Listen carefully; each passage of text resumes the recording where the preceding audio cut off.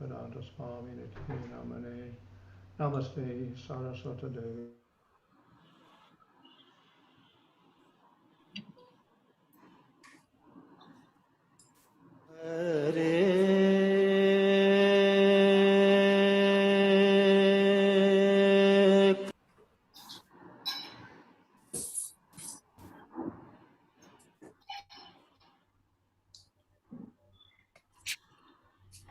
Number 80. What's that? Hare Krishna. Yes. Something's happened here. My screen's gone off.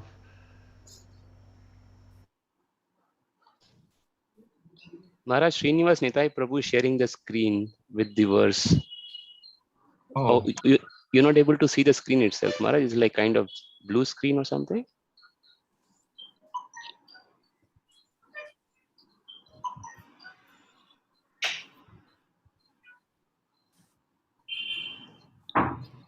Srinivas Nitai Prabhu, there is something. Okay, I think you have unshared your screen. Maharaj is on mute.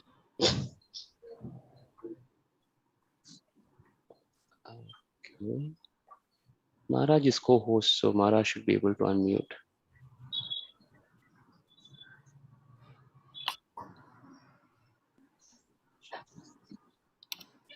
Let's give a few minutes to Maharaj.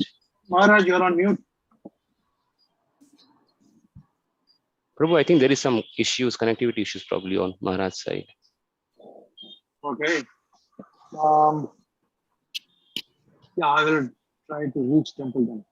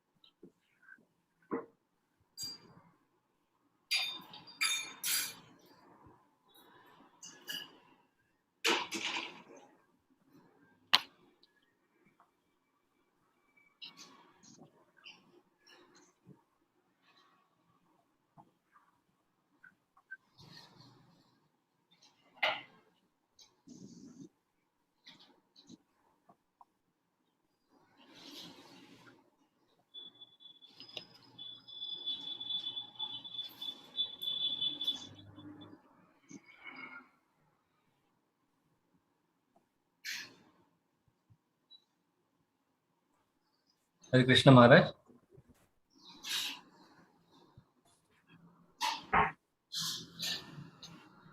Okay. Hare Krishna. Hare Krishna Maharaj. Yes, Maharaj, we can hear you. Now I don't have any sound. What happened? Hare Krishna. Hare Krishna Maharaj. Unmute. I'm unmuted. I can hear you, Maharaj. I can't hear anything. We are able to hear you. Hare Krishna. Hare Krishna Maharaj. I can hear you. Can't hear. There's no sound. Oh, let's see. No, it's on. It says X. Why doesn't it say X? Hare Krishna. Yes, Maharaj. We can hear you. Okay. Om Namo Bhagavate Vasudevaya. Om Namo Bhagavate Vasudevaya. Om Namo Bhagavate Vasudevaya. Namo Bhagavate Vasudevaya. Om Namo Bhagavate Vasudevaya. Om Namo Bhagavate Vasudevaya. Namo Om Vishnu Padaya Krishna Prasthaya Bhutale Srimati Bhaktivedanta Swami Niti Namane Namaste Saraswata Devi Gauravani Prachadane Nirvishesha Shadivadi Pasthata Deshatadane Sri Krishna Chaitanya Prabhu Nityananda Sri Advaita Gadadhara Hare Krishna Krishna Krishna Hare Hare Hare Rama Rama Rama Hare Hare. We're reading Srimad Bhagavatam, Canto 11, verse 8, is it? 8, Maharaj. Evaṁ prakṛti-vaicitryād bhidyante matayo nṛṇām pāramparyeṇa keṣāñcit pāṣaṇḍa-matayo pare. Thus, due to the great variety of desires and natures among human beings, there are many different theistic philosophies of life which are handed down through tradition, custom, and disciplic succession. There are other teachers who directly support atheistic viewpoints. Purport, the word keṣāñcit refers to those persons in various parts of the world who are ignorant of the Vedic conclusion and thus concoct many unauthorized and ultimately fruitless philosophies of life. Pāṣaṇḍa-matayo refers to those who directly oppose the Vedic conclusion. Śrīla Viśvanātha Cakravartī Ṭhākura has given a most interesting example as follows. The water of the Ganges is always pure and very sweet.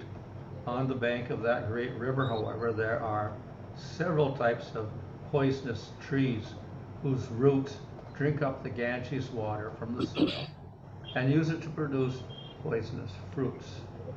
Similarly, those who are atheistic and demoniac utilize their association with Vedic knowledge to produce the poisonous fruits of atheistic or materialistic philosophy.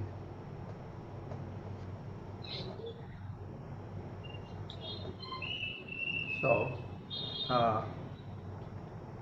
here we have a little summary of different philosophies. இங்கு பல தத்துவங்களை பற்றியும் மொத்தமாக விவரிக்கப்படுகிறது. So different philosophies arise because of different types of people with different desires. பலவிதமான ஆசைகளை கொண்ட பலவிதமான மக்கள் இருப்பதன் காரணமாக பலவிதமான தத்துவ கோட்பாடுகள் உண்டாகின்றன.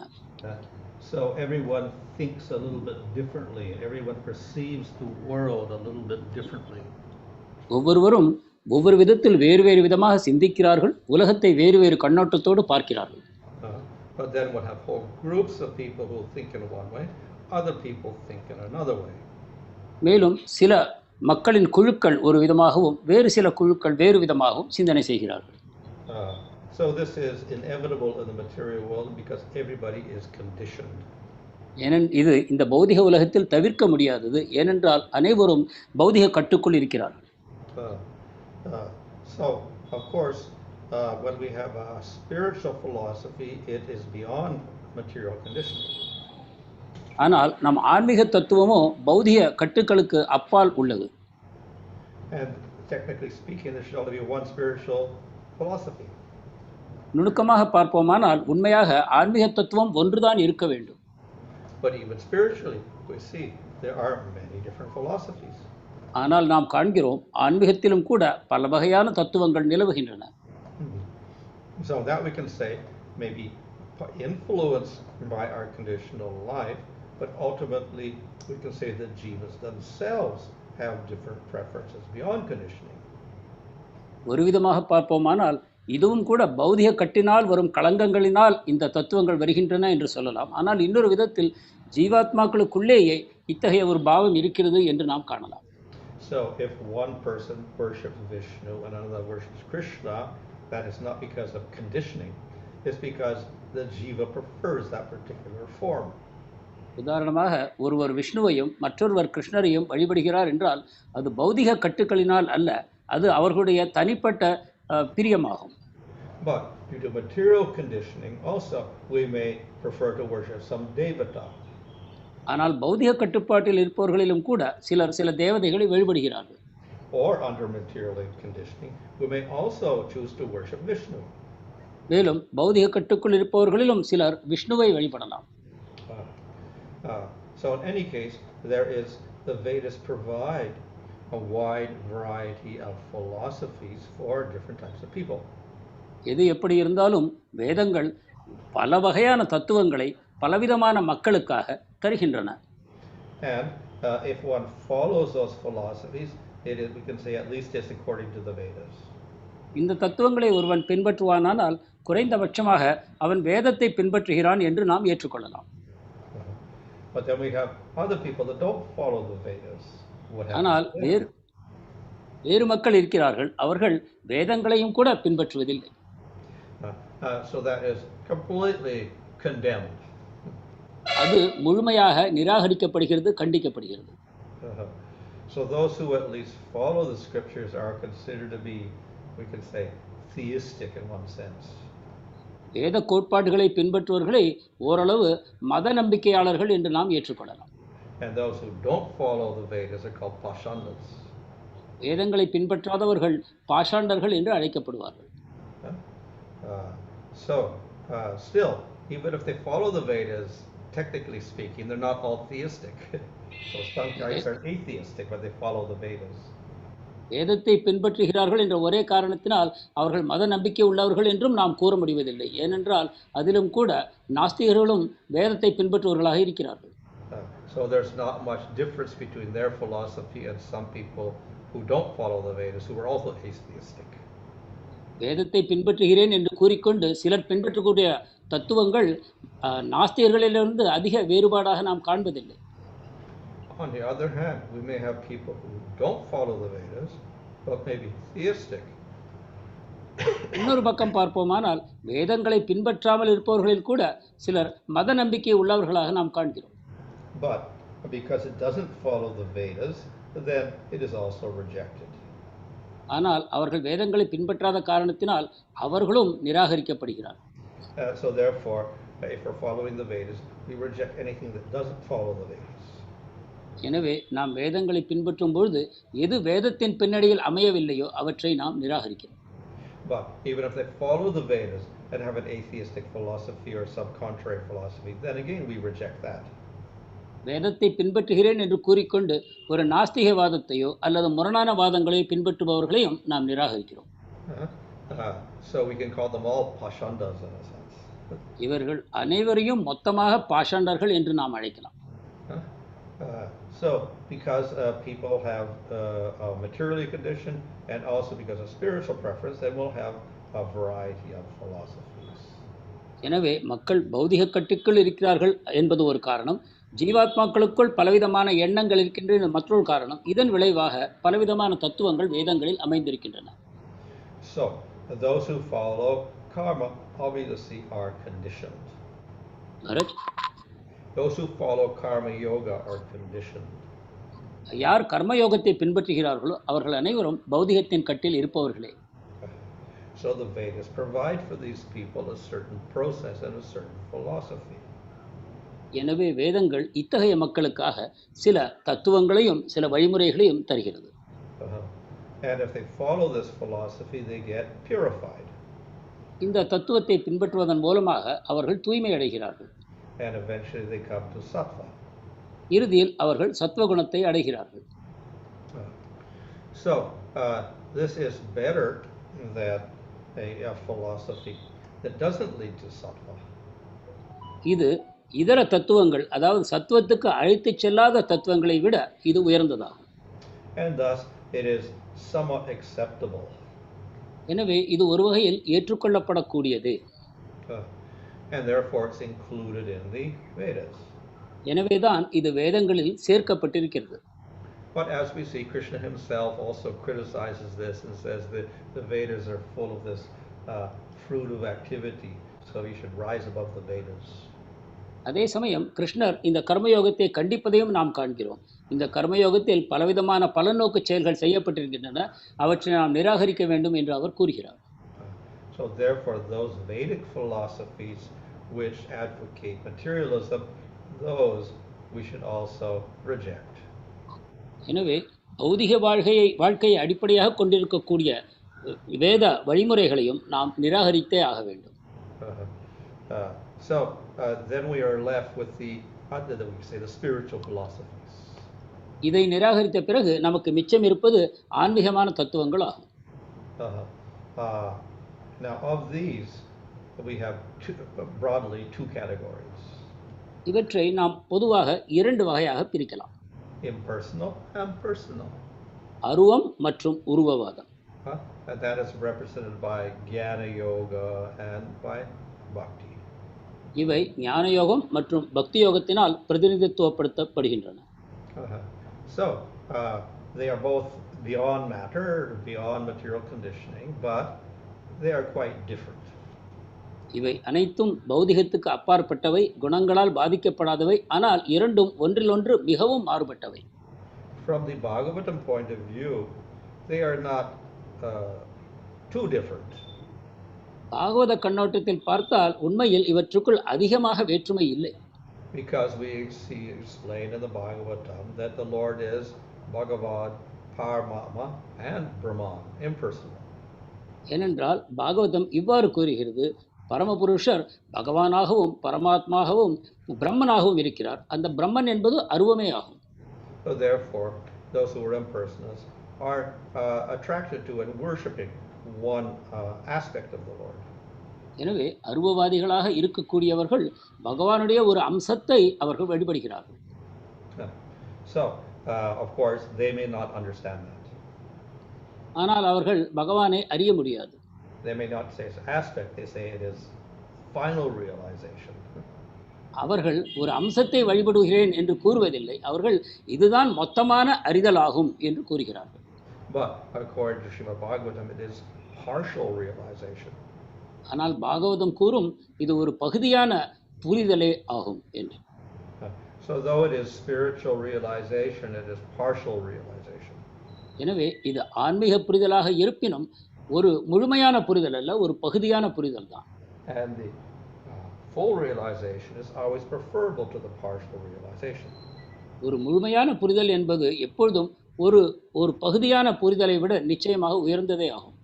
And therefore, the full realization of Bhagavan is preferable to impersonal Brahman. எனவே முழுமையான புரிதலாகிய பகவான் என்னும் புரிதல் இந்த அருவ புரிதலை விட உயர்ந்ததாகும். So the Vedas present both. எனவே வேதங்கள் இந்த இரண்டு வாதங்களையும் வைக்கின்றன. And because of this, there is some confusion. இதன் காரணமாக சிறிதளவு குழப்பம் நிலவுகிறது. So many will argue one or the other, impersonalism only, and personal is all material. பலர் இவற்றுக்குள் ஒன்றை மட்டும் எடுத்துக்கொண்டு மற்றதை கண்டனம் செய்வர். உதாரணமாக அருவவாதிகள் பக்தி என்பது உருவவாதம் என்று மாயாவாதம் என்று கண்டிப்பார்கள். Others will argue that no, Bhagavan, personal is perfect, and Brahman is illusory. ஆனால் பகவானை ஏற்றுக்கொள்பவர்கள் பகவானே முழுமையானவர், பிரம்மம் என்பது ஒரு மாயத் தோற்றம் என்பார்கள். But Bhagavatam doesn't say that. It says they're both spiritual, but Bhagavan realization is superior. ஆனால் பாகவதம் இவ்வாறு கூறவில்லை. இரண்டுமே ஆன்மீகமான தத்துவங்கள் தான், ஆனால் இரண்டுக்குள் பகவான் அந்த பக்தி யோகமே உயர்ந்தது என்று வேதம் கூறுகிறது, Bhagavatam. So of course often we criticize and condemn the impersonal philosophy. ஆனால் பல சந்தர்ப்பங்களில் நாம் அருவவாதத்தை கண்டித்து பேசுகிறோம். And particularly Mayavad philosophy. அதிலும் குறிப்பாக மாயாவாத தத்துவத்தை நாம் கண்டிக்கிறோம். So not only they say that impersonalism is supreme, but also jivas and matter are false. ஏனென்றால் அவர்கள் அருவமே உயர்ந்தது என்று சொல்வது மட்டுமல்லாமல் இந்த பௌதிகமும் ஜீவாத்மாவும் பொய் என்று கூறுகிறார்கள். But at the same time we should realize that the Brahman realization is also part of the Lord. அதே சமயம் நாம் இதை நினைவில் வைத்துக் கொள்ள வேண்டும், பிரம்மன் எனக்கூடிய புரிதலோ பகவானுடைய புரிதலே ஆகும். So it is acceptable, but acceptable as partial realization only. எனவே அது ஏற்புடையதுதான், அது பகவானுடைய ஒரு பகுதியான புரிதல் என்பதை நாம் அறிந்து கொள்ள வேண்டும். So that is the understanding of the followers of Chaitanya Mahaprabhu. இதுதான் மகாபிரபுவின் உபதேசம் என்று நாம் அறிய வேண்டும். And this we can say allows us to accept all the statements in the Upanishads. மகாபிரபுவின் உபதேசமானது உபனிஷத்துகளில் இருக்கக்கூடிய அனைத்து உபதேசங்களையும் நமக்கு ஏற்றுக்கொள்ள உதவுகிறது. It allows us to accept the impersonal statements and the personal statements. இது அருவவாதம் மற்றும் உருவவாதம் இரண்டையும் ஏற்றுக்கொள்ள உதவுகிறது. Without discarding the impersonal statements completely. அருவவாதங்களை நாம் நிராகரிக்க தேவையில்லை. And we do that because we say it is the acintya shakti of the Lord by which the opposites can be combined. இதை எவ்வாறு நாம் செய்கிறோம் என்றால் பகவானுடைய அச்சிந்திய சக்தி இருக்கிறது, இதில் எதிர்மறையான குணங்களையும் பகவானுக்குள் நாம் பார்க்கலாம் என்று நாம் அறிந்து கொள்கிறோம். So this is a a very ingenious way of minimizing interpretation. இது பொருள்களை வேறு வேறு விதமாக கூறக்கூடிய அந்த குறைபாட்டிலிருந்து நம்மை தப்பித்துக் கொள்வதற்கு மிக புத்திசாலித்தனமான தீர்வு ஆகும். We accept the personal statements about the Lord. நாம் பகவானுடைய உருவவாதங்களை ஏற்கிறோம். And we don't have to deny the impersonal statements. ஆனால் பகவானை அருவம் என்று கூறக்கூடிய வாதங்களை நாம் நிராகரிக்க தேவையில்லை. And in this way we can say the Vedas are perfect. இவ்விதமாக வேதங்கள் முழுமையானவை என்று நாம் கூறலாம். Of course, on the surface it looks like there is contradiction. மேலோட்டமாக முரண்பாடுகளை நாம் காண்கிறோம். Why do the Vedas say two birds in a tree? In other places say sarvam kalvita brahma, only Brahman exists. Maharaj, can you say that again? Why do the Vedas say two birds in a tree? In Upanishad, Jiva exists, the Lord exists. And then again in Chandogya Upanishad, I think it is sarvam kalvita brahma, only Brahman exists. எனவே ஸ்வேத அஸ்வத்தர உபனிஷத்தில் ஒரு மரத்தில் இரண்டு பறவைகள் இருக்கின்றன என்று ஜீவாத்மாவையும் பரமாத்மாவையும் அது கூறுகிறது. அதே சமயம் சந்தோக்கிய உபனிஷத்தை பார்த்தால் சர்வம் கல்விதம் பிரம்மா, பிரம்மன் ஒன்றே இருக்கிறது என்று அது கூறுகிறது. So looks opposite, contrary. So which is true? இதை பார்க்கும் பொழுது இரண்டும் எதிர்மறையான வாக்கியங்களாக இருக்கின்றன. இவற்றுக்குள் ஒன்றுதான் உண்மையாக இருக்க வேண்டும். எது உண்மை? Then we have to start interpreting. அப்பொழுது நாம் அதை பலவிதமாக பொருள்களை அதிலிருந்து எடுக்க செயற்கையாக எடுக்க முயற்சி செய்கிறோம். But by the philosophy acintya beda abeda, then we don't have to interpret. We can accept both statements. ஆனால் அச்சிந்திய பேத அபேத தத்துவத்தை நாம் ஏற்றுக்கொண்டால் இவற்றுக்குள் நாம் புதிய பொருள்களை காண முயற்சி செய்யாமல் அவற்றை அப்படியே நாம் ஏற்றுக்கொள்ளலாம். So Bhaktivinoda Thakur says this is a perfect way of drawing out a conclusion from the Vedas. எனவே பக்திவினோத் தாக்கூர் கூறுகிறார், இந்த தத்துவத்தின் மூலமாக நாம் வேதங்களிலிருந்து சரியான பொருளை எடுத்துக்கொள்வதற்கு இது உதவுகிறது என்கிறார். And we don't have to reject any of those statements. இந்த எந்த வாக்கியத்தையும் நாம் நிராகரிக்க தேவையில்லை. Otherwise we have to start interpreting. இல்லாவிட்டால் நாம் புது புது பொருட்களை இதிலிருந்து எடுக்க தேவைப்படும். So when we say everything is Brahman, then we have to say, well, it doesn't really mean that. எல்லாம் பிரம்மன் என்று சொல்லும்போது அதன் உண்மையான பொருள் அது அல்ல என்று நாம் ஆரம்பிப்போம். It is a metaphor to say that the Lord controls everything only. பகவான் அனைத்தையும் அடக்கி ஆள்கிறார் என்று கூறுவதற்காக அது ஒரு ஓமை மட்டுமே என்று நாம் கூறுவோம். So that is a type of interpretation. அது ஒரு வகையான பொருளை அதிலிருந்து செயற்கையாக எடுப்பதே ஆகும். So one of the principles that Lord Chaitanya explains in Chaitanya Charitamrita is that we minimize the interpretation or lakshana. Chaitanya Mahaprabhu இதனால் தான் கூறுகிறார், நாம் வேதங்களை படிக்கும் பொழுது அதிலிருந்து புதிய பொருளை நாம் மனக்கற்பனையின் மூலமாக எடுப்பதை குறைத்து கொள்ள வேண்டும் என்று கூறுகிறார். So therefore the acintya beda abeda philosophy minimizes this interpretation. அச்சிந்திய பேத அபேத தத்துவம் இவ்வாறு மனக்கற்பனையை உபயோகிப்பதை மிகவும் குறைக்கிறது.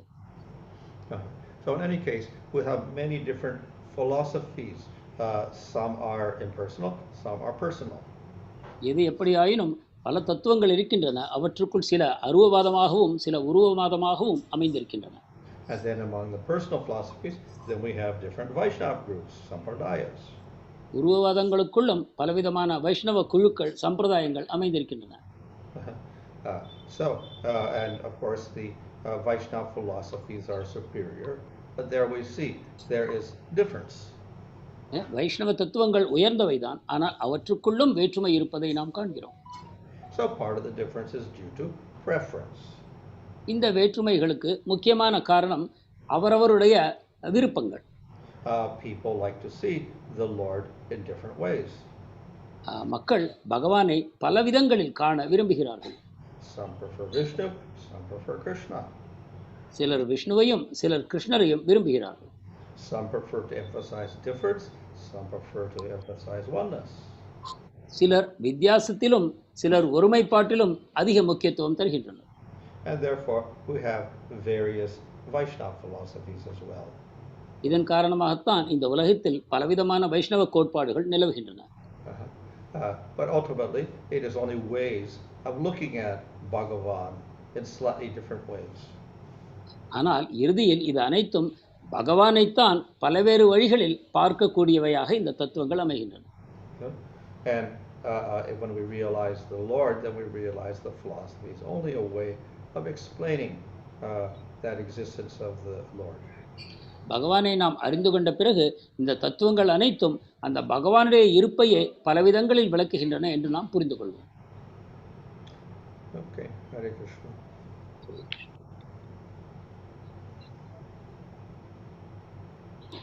Hare Krishna Maharaj, thank you for the lecture. There are some questions here. The 17th chapter Bhagavad Gita, Krishna talks about the divisions of the faith, and towards the end he talks about Om Tat Sat. What is Om Tat Sat? 17வது அத்தியாயத்தில் கிருஷ்ணர் பலவிதமான நம்பிக்கைகளை கூறிவிட்டு இறுதியில் ஓம் தத் சத் பற்றி கூறுகிறார். அது என்ன என்று விளக்க வேண்டும். What's the question? Om Tat Sat should be explained, Maharaj. Oh, well, this is something that comes up in the Bhagavad Gita particularly. இது பகவத்கீதையில் குறிப்பாக கூறப்பட்டிருக்கிறது. And our acharyas give various explanations of it. இதை பற்றி ஆச்சாரியர்கள் பலவித விளக்கங்களை தருகிறார்கள். But obviously Om itself is non-different from the Lord. உண்மையிலேயே ஓம் என்ற பதம் பகவானிலிருந்து மாறுபடாதது. So generally, of course, it's chanted at the beginning of the Vedas as an invocation.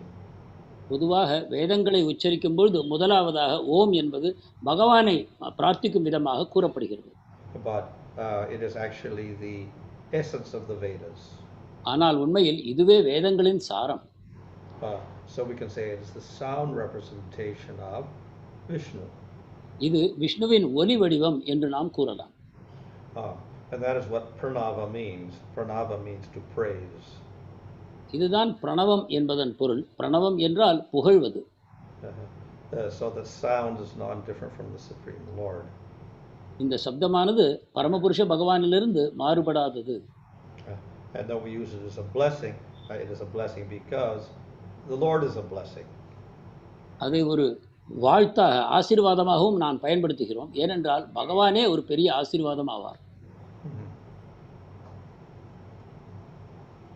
Thank you, Maharaj. So there's a question from Anuradha Devi Mataji. Does scriptures like Bible and Quran also have extracts from the Vedas? Bible மற்றும் குரான் போன்ற நூல்களிலும் வேதங்களிலிருந்து சில விஷயங்கள் எடுக்கப்பட்டிருக்கின்றனவா? There is some similarity, but we cannot say that they're actually influenced by the Vedas. I don't know if we have any evidence of that. அவற்றுக்குள் சில ஒற்றுமை இருக்கிறது. ஆனாலும் கூட வேதங்களிலிருந்து தான் அவை எடுக்கப்பட்டிருக்கின்றன என்று கூறுவதற்கு ஆதாரம் இல்லை. In terms of concept, they are acceptable because they have a idea of a supreme God. கொள்கை அளவில் அவை ஏற்கப்படலாம். ஏனென்றால் அவற்றில் பரமபுருஷ பகவான் என்னும் தத்துவம் ஏற்கப்படுகிறது.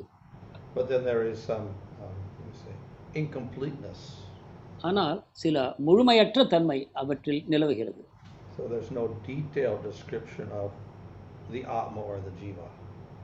ஆத்மா அல்லது ஜீவாத்மாவை பற்றிய முழுமையான விளக்கம் அவற்றில் இல்லை. And because of that, the relationship between the jiva and the Lord cannot be fully explained. இதன் விளைவாக ஜீவாத்மாவுக்கும் பகவானுக்கும் இடையில் உள்ள உறவை அவர்களால் விளக்க முடியவில்லை. Here's a question from Jyoti Sundar Mataji. She says that there is a recommendation for worshipping Durga, Saura Dharma, Ganapati Dharma and Shaiva Dharma as to help us to develop qualification for Vaishnava Dharma. So her question is, what is this Shaiva Dharma, worship of pure human consciousness? இந்த துர்கா தேவி, கணபதி, சூரிய பகவான் இவர்களை வழிபடுவதற்கு வழிமுறைகள் தரப்பட்டிருக்கின்றன. இவற்றின் மூலமாக நாம் பரமபுருஷ பகவானை வழிபடுவோம் என்று. ஆனால் இந்த ஜைவ தர்மம் என்பது என்ன? முழுமையான அந்த சைத்தன்யத்தை வழிபடுவது என்பது என்ன? Shaiva Dharma. ஜைவ தர்மம். What about Shaiva Dharma? He's asking about what does it mean by Shaiva Dharma? Oh, Shaiva. Sorry. Shaiva. Worship. Well, that's worship of Shiva. சைவ தர்மம் என்பது சிவபெருமானை வழிபடுவதாகும். And we have particularly, not only in South India, but North India also, there's even a philosophy. The Shaivite philosophy has evolved around worship of Shiva as supreme. இந்த சைவ தர்மம் என்பது தென்னிந்தியாவிலும் வட இந்தியாவிலும் நிலவுகிறது. அதில் சிவபெருமானே பரமபுருஷர் என்று கூறப்படுகிறது. And of course we have Puranas dedicated to Lord Shiva. சிவபெருமானுக்காகவே புராணங்களும் இருக்கின்றன. Of course it is explained there that the worship of Shiva is for people in Tamaguna. சிவபெருமானுடைய வழிபாடு தமோகுணத்தில் இருக்கும் மக்களுக்காக என்று கூறப்படுகிறது. And by worshiping Shiva, then gradually they get purified. சிவபெருமானை வணங்குவதன் மூலமாக நாம் படிப்படியாக தூய்மை அடைவோம். But of course, we also see people who are Brahmins worshiping Lord Shiva. ஆனால் நாம் பிராமணர்கள் கூட சிவபெருமானை வழிபடுவதை காண்கிறோம். So they may be worshiping Shiva to attain Shiva. அவர்கள் சிவபெருமானை வழிபடுவது சிவபெருமானை அடையும் நோக்கத்துடன். But that's also related to impersonal. ஆனால் இது அருவவாதத்துடனும் தொடர்பு கொண்டிருக்கிறது. So many of those Shivites also think of an impersonal liberation. சிவனை வழிபடுபவர்களில் பலர் இந்த அருவ முக்தியை நாடுகின்றனர். In any case, Shiva is an expansion from Vishnu. எப்படி இருப்பினும் சிவபெருமான் விஷ்ணுவின் விரிவங்கமே ஆவார். So therefore the relationship with Shiva is not the same as the relationship with Vishnu or Krishna. ஆனால் சிவபெருமானுடன் உள்ள உறவு விஷ்ணுவுடன் உள்ள உறவை விட மாறுபட்டது. And therefore we do not consider it to be the ultimate goal. எனவே நாம் இந்த சிவனுடைய வழிபாட்டை நாம் ஏற்பதில்லை. Thank you, Maharaj.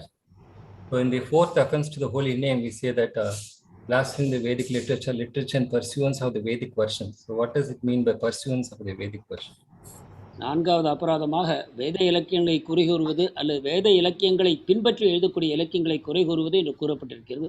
இந்த இரண்டாவது விஷயத்தை பற்றி விளக்க வேண்டும். So the actual Sanskrit is Shruti Shastra Ninda. சமஸ்கிருதத்தில் இது ஸ்ருதி சாஸ்திர நிந்தா என்று கூறப்படும். Which means don't criticize the Shrutis or the Shruti Shastras or the Shrutis and the other Shastras.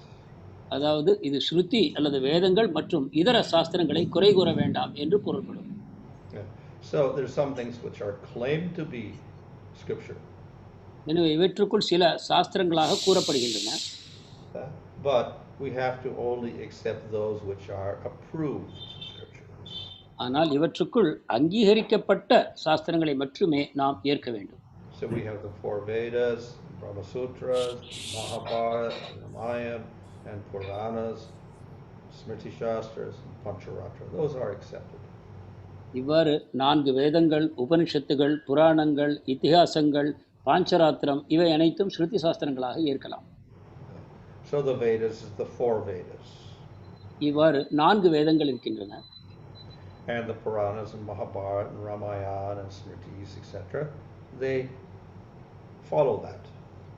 புராணங்கள், ராமாயணம், மகாபாரதம், ஸ்மிருதி சாஸ்திரங்கள் இவை அனைத்தும் இதை பின்பற்றி இருக்கின்றன. They have the same conclusion. இவை அனைத்திலும் ஒரே தீர்மானங்கள் தான் இருக்கின்றன. So therefore we don't criticize any of those scriptures. எனவே இந்த இலக்கியங்கள் எதையும் நாம் குறை கூறுவதில்லை. Thank you, Maharaj. So sometimes we see acharyas also there giving the commentaries. How is it different from interpretation? நாம் ஆச்சாரியர்கள் உரைகள் எழுதுவதை பார்க்கிறோம். அந்த உரைகளும் கூட அந்த உண்மையான சாஸ்திரத்திலிருந்து பலவிதமான பொருட்களை கொண்டு வருகின்றன என்று நாம் கூறலாமா? So interpretation the negative way is to interpret when it's not or to give another meaning when it's not necessary. ஒன்றிலிருந்து அதில் உள்ள பொருளை விட வேறொரு பொருளை நாம் மனக்கற்பனையின் மூலமாக வெளியில் கொண்டு வருவதுதான் தவறானதாக கூறப்படும். So if Krishna says surrender to me, then interpretation, well, what does surrender mean? It doesn't actually mean surrender. Or Krishna, surrender to me, Krishna. What does Krishna mean? It doesn't really mean Krishna. So that's interpretation. கிருஷ்ணரிடம் சரணாகதி அடைய வேண்டும் என்று சொல்லும்போது கிருஷ்ணர் என்பவர் யார், சரணாகதி என்பது என்ன, நாம் உண்மையில் எதற்கு சரணாகதி அடைய வேண்டும், இந்த விதமாக பலவிதமான பொருட்களை கொண்டு வருவது அது செயற்கையான மனக்கற்பனை ஆகும். But if we take the word surrender and then we analyze it and we explain how surrender is performed, that's not interpretation. ஆனால் சரணாகதி எனும் பதத்தை எடுத்துக்கொண்டு அதை சரியான விதத்தில் விளக்கி நாம் கூறுவோமானால் அது மனக்கற்பனை என்று கூற முடியாது. And if we explain Krishna in terms of why we should surrender to him and what are his wonderful qualities, again, that's not interpretation. அதே போல கிருஷ்ணரிடம் சரணாகதி அடைய வேண்டும், ஏன் அடைய வேண்டும் என்ற காரணங்களை நாம் விளக்கும் பொழுதும் கூட அதில் மனக்கற்பனை இல்லை. So the Acharya's commentaries will expand upon the meaning, the actual meaning, which is literal in many cases. எனவே ஆச்சாரியர்களுடைய உரைகள் அந்த சாஸ்திரங்களில் உள்ள உரைகளை விரிவாக்கி நாம் புரிந்து கொள்ளும் வகையில் எளிமையாக்கி கூறுகின்றன. But in the scriptures we'll find statements which look contradictory. ஆனால் சாஸ்திரங்களில் ஒன்றுக்கொன்று முரணான சில வாக்கியங்களை நாம் காண்போம். So then in those minimum of cases the acharyas would explain why the literal meaning cannot be taken, and then they interpret in one sense. அந்த குறைந்தபட்சமான நிலைமைகளில் ஆச்சாரியர்கள் அவற்றிற்கு எந்த விதமாக பொருள் எடுத்துக்கொள்ள வேண்டும், எந்த விதமாக எடுத்துக்கொள்ளக்கூடாது என்ற வகையில் நமக்கு அவற்றின் மேல் பொருளை விவரிக்கிறார்கள். So there are rules by which you can interpret a statement. அதற்கு சில சட்டங்களும் இருக்கின்றன. And you follow those rules, then you come up with the correct meaning. அந்த சட்டங்களை பின்பற்றி நாம் செய்யும் பொழுது நாம் சரியான பொருளை அறிகிறோம்.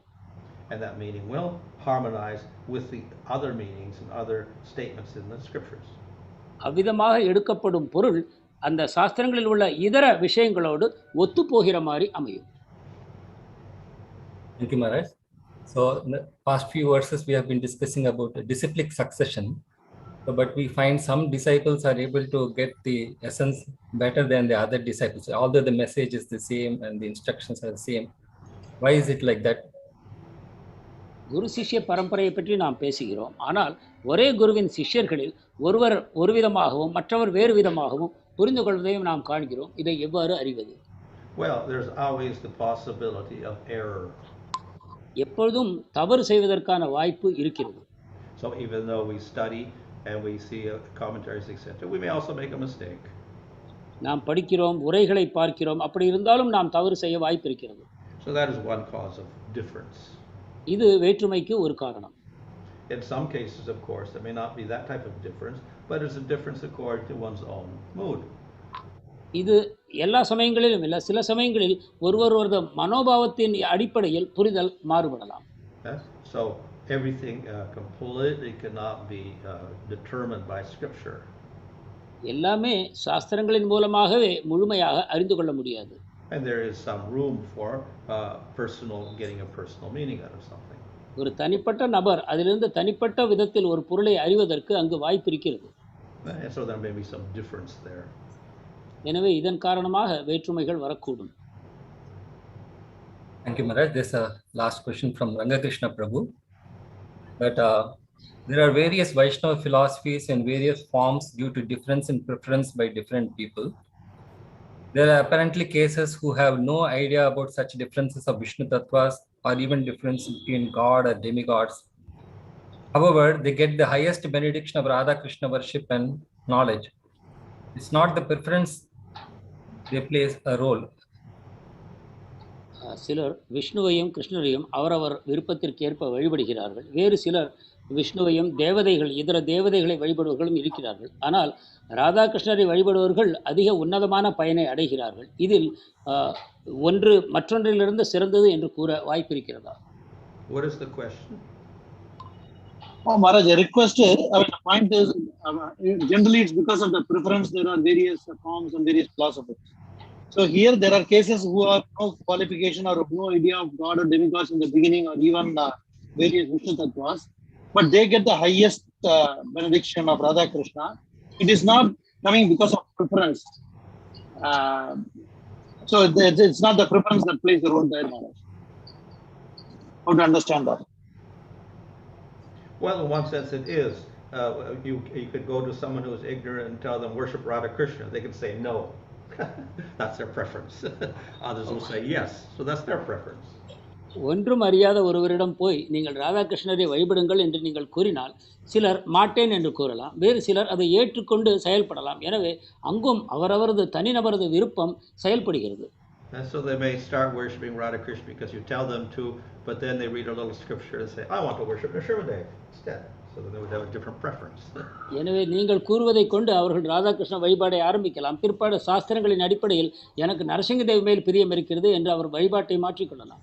So there's always a possibility of a different preference, but if they keep sticking to it, then fine. Then that means that they are fixed in Radha Krishna. That is their preference. எனவே தனிநபர் விருப்பம் என்பது எப்பொழுதும் இருக்கிறது. இதில் மாறுபாடுகள் அப்பப்பொழுது ஏற்படவும் கூடும். யார் ஒருவர் ராதாகிருஷ்ணர் வழிபாட்டில் முழுமையாக நிலைத்து நிற்பாரோ அது அவருடைய விருப்பமாகும். அது சிறந்ததும் ஆகும். Last question. Someone is not interested in Vedas. How do we get him interested? Or is it required to get him interested in the Vedas? வேதங்களில் ஆர்வம் இல்லாதவருக்கு எவ்வாறு அந்த ஆர்வத்தை உண்டாக்குவது, அந்த ஆர்வத்தை உண்டாக்குவது அவசியமா? Oh, you mean Vedas or Bhagavatam or what? In Vedas. Well, Vedas we respect, but our primary interest is not the Vedas, it's Srimad Bhagavatam, because it gives conclusion. நாம் வேதங்களை மதிக்கிறோம், ஆனால் நாம் இறுதியில் பின்பற்றுவது பாகவதமே ஆகும். ஏனென்றால் அதுதான் இறுதி முடிவுகளை நமக்கு தெரிவிக்கிறது. Bhagavatam is more accessible to the people of Kali Yuga. Bhagavatam மேலும் மக்களுக்கு புரிந்து கொள்ள எளிமையாக இறுதியில் சுலபமாக அடையக்கூடியதாக இருக்கிறது. So we put more emphasis upon that. எனவே அதில் நாம் அதிக முக்கியத்துவம் தருகிறோம். Thank you, Maharaj. That's for today. Hare Krishna.